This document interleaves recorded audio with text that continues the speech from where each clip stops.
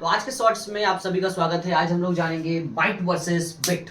ठीक है, दोनों ही हमारा स्टोरेज यूनिट है कंप्यूटर में। सबसे स्मॉलेस्ट यूनिट जो है वो बिट होता है। इसमें 0 या 1 कोई एक ही स्टोर हो सकता है, दैट इज बाइनरी डिजिट।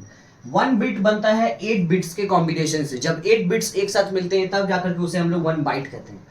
अब इन दोनों का क्या डिफरेंसेस है?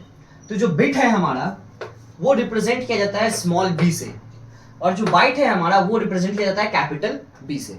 ये तो मेजर डिफरेंसेस है, बट इसका इंपैक्ट हमारे लाइफ में किस तरीके से पड़ता है वो जानते हैं। तो यहाँ पे 40 Mbps और इस 40 Mbps पे क्या डिफरेंस है? तो इसका मतलब है 40 मेगाबाइट और इसका मतलब है 40 मेगाबिट। 40 megabyte and 40 megabit. अब जब हम वाईफाई का रिचार्ज करते हैं, स्पेशली जब डे टू डे लाइफ में वाईफाई का रिचार्ज करते हैं, तो हमें ये दिखाया जाता है 40 Mbps। हम लोग समझते हैं कि 40 Mbps का स्पीड देगा, बहुत तेज स्पीड होगा। बट जब फोन में जब हम लोग कनेक्ट करते हैं या किसी और डिवाइसेस में कनेक्ट करके यूज करते हैं डेटा, तो उसमें दिखा रहा है 5 MB।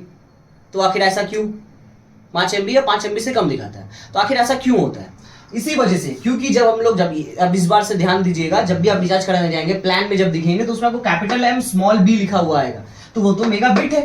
And we all know that 1 byte is equal to 8 bit.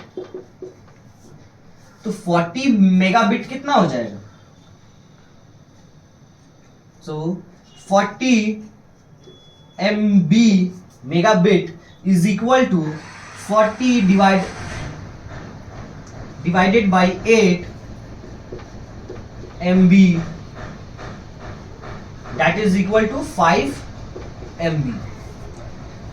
1 bit 8 bit के बराबर है, ठीक है।